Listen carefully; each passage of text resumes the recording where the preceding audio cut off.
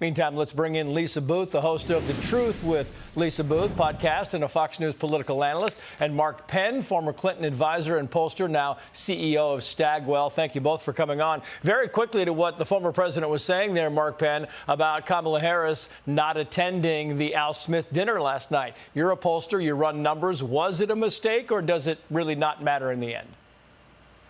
At this point, this is so close that anything could matter. Look, I really don't understand why she didn't attend that dinner. Trump did a pretty good job, and he was able to rake her over the coals relative to that dinner. I mean, look, he told some tough jokes there, and she would have been there to return them in kind. Look, they're both pretty rough. She's calling him unfit, and he's calling her a moron. I think both of them better realize that it's about the issues and not about the insults. But I do think that he got an edge on her last night by being there.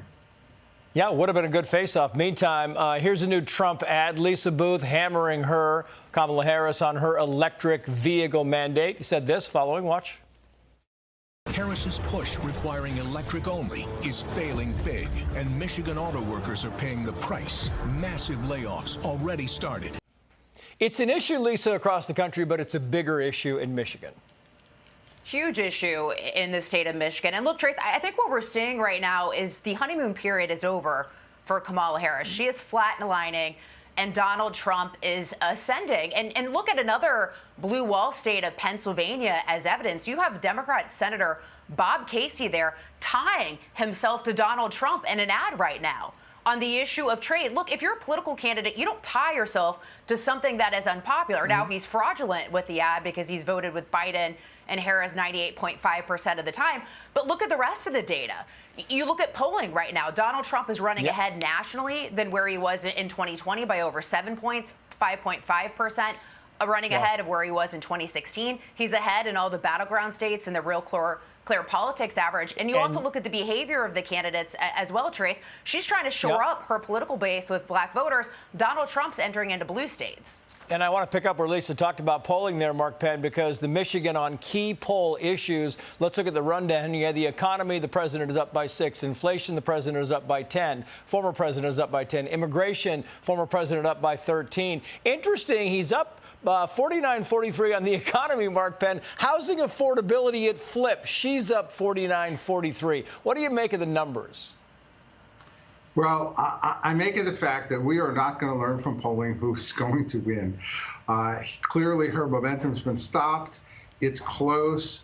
There are some underlying people don't like Biden, that they give him the edge on the economy, that give him a very, very slight edge that could be overturned by something as simple as who gets in more mail-in ballots at this point.